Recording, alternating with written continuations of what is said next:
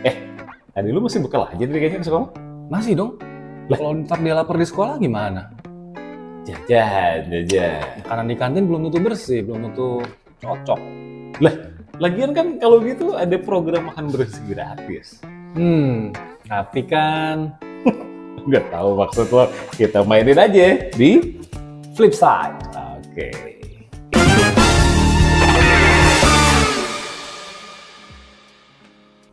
Nih, kalau soal program makan bergizi gratis, itu yang paling penting sebenarnya adalah bisa jadi solusi dari masalah stunting, alias nggak banyak orang yang anak-anak ya khususnya ya yang kurang gizi dan jadi pertumbuhannya melambat.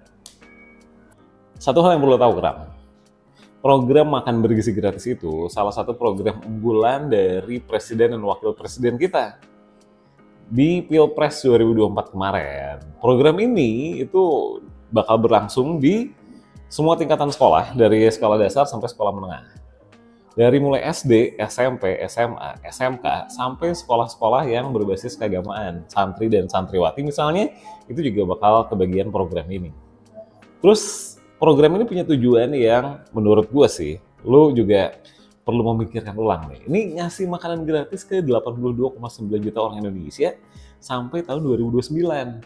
Dan jumlah itu bukan angka yang kecil dong, 82,9 juta orang ya kalau dikumpulin di berapa lapangan. Satu GBK aja kan muatannya nggak mungkin 80 juta orang kan. Perlu berapa lapangan buat muatin segitu banyak orang. Nah, jumlah itu aja baru 30%. 30% bisa banyak, bisa sedikit sih memang. Tapi kalau menurut gue itu cukup banyak. Dari total populasi negara kita yang berjumlah 280 juta jiwa. Harapannya, mereka ini kan yang dapat makan bergizi gratis adalah para pelajar. Para pelajar ini generasi emas yang siap menyongsong Indonesia Emas 2045 alias 20 tahun lagi.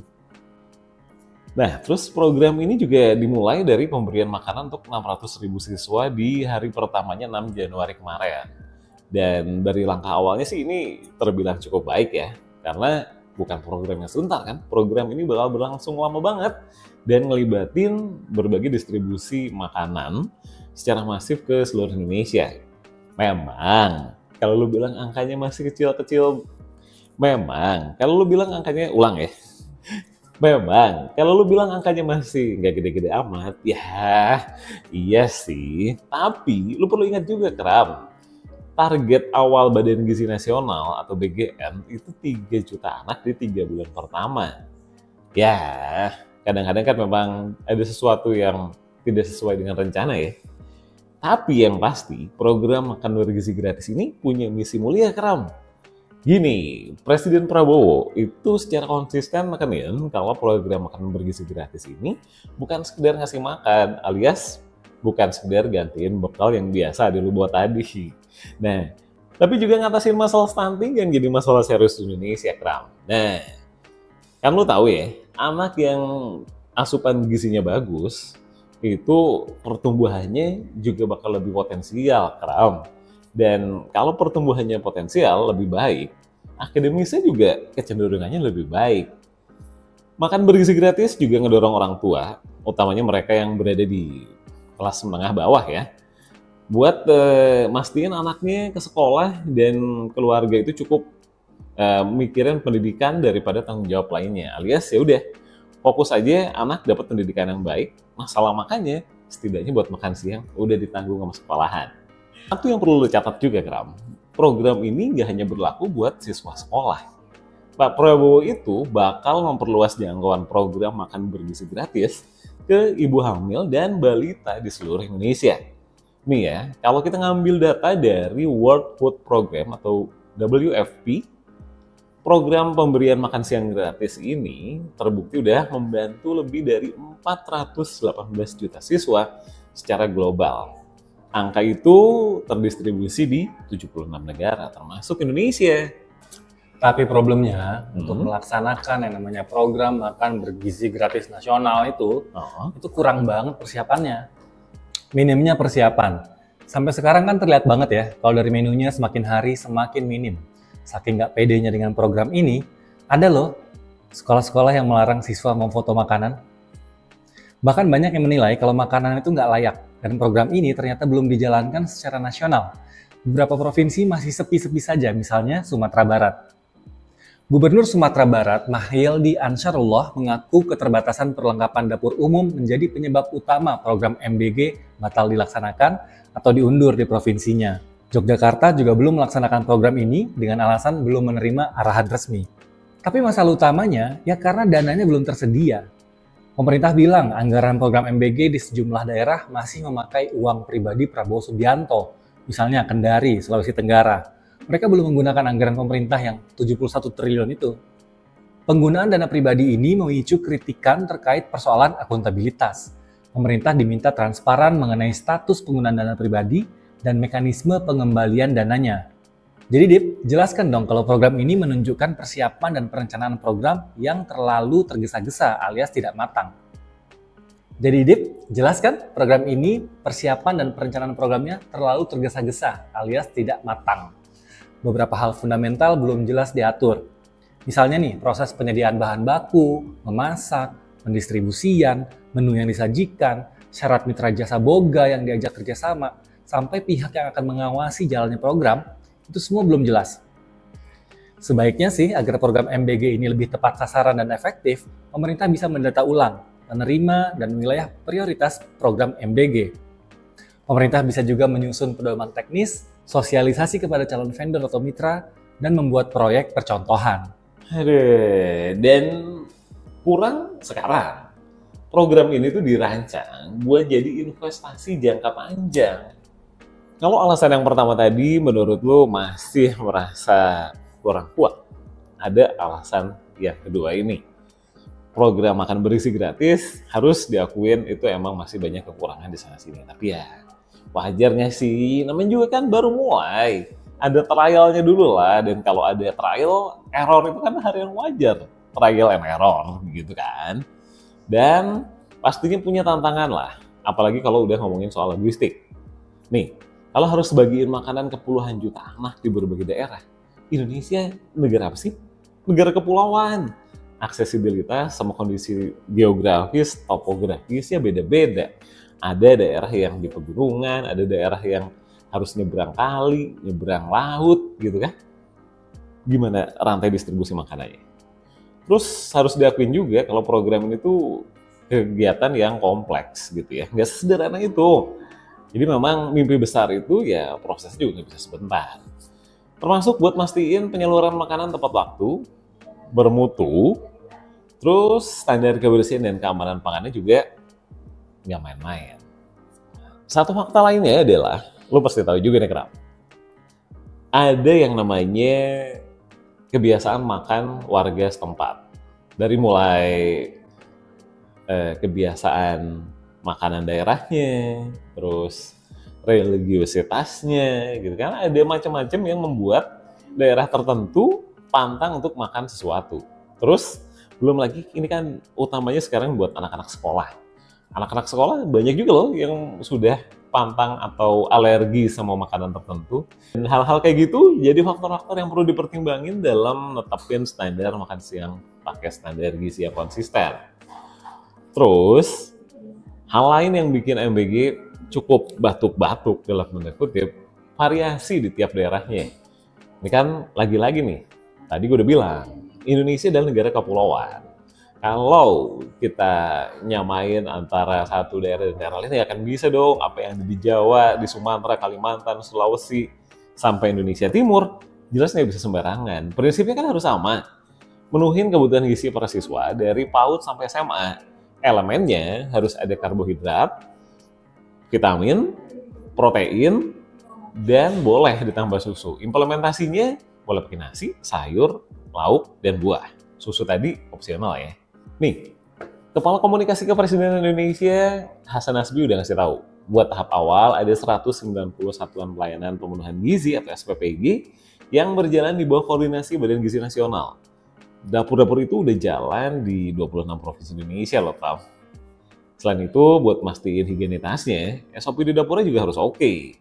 Karena kalau udah masuk SOP yang jaga higienitas alias kebersihan, kesehatan, dan selingkar wilayahnya itu kompleks banget. Dari mulai ganti alas kaki, harus pakai nutup rambut, harus pakai masker kalau di dapur, dan di dalam dapurnya kompartemen harus sudah tersusun dengan sebegitu rapinya Kram.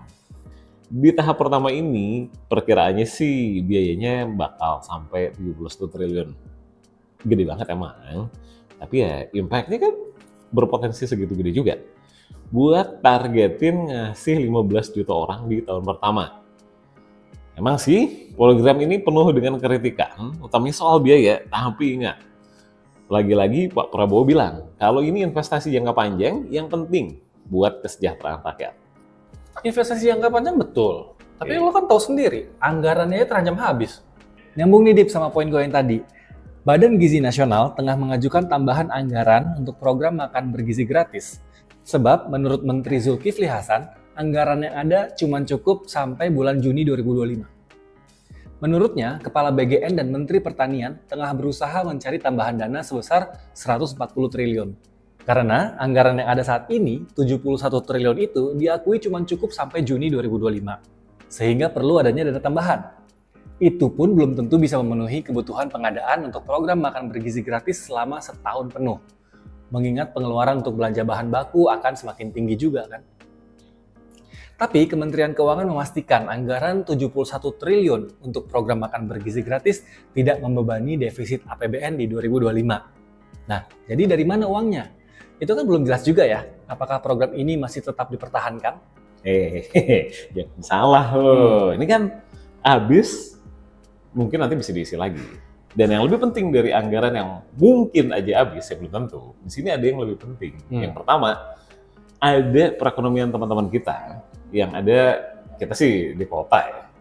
Buat orang-orang teman-teman kita yang ada di pedesaan gimana gitu. Dan mereka itu masih jauh dari kata bisa hidup layak. Dan program ini bisa jadi solusi untuk mengangkat taraf hidup mereka jadi lebih layak.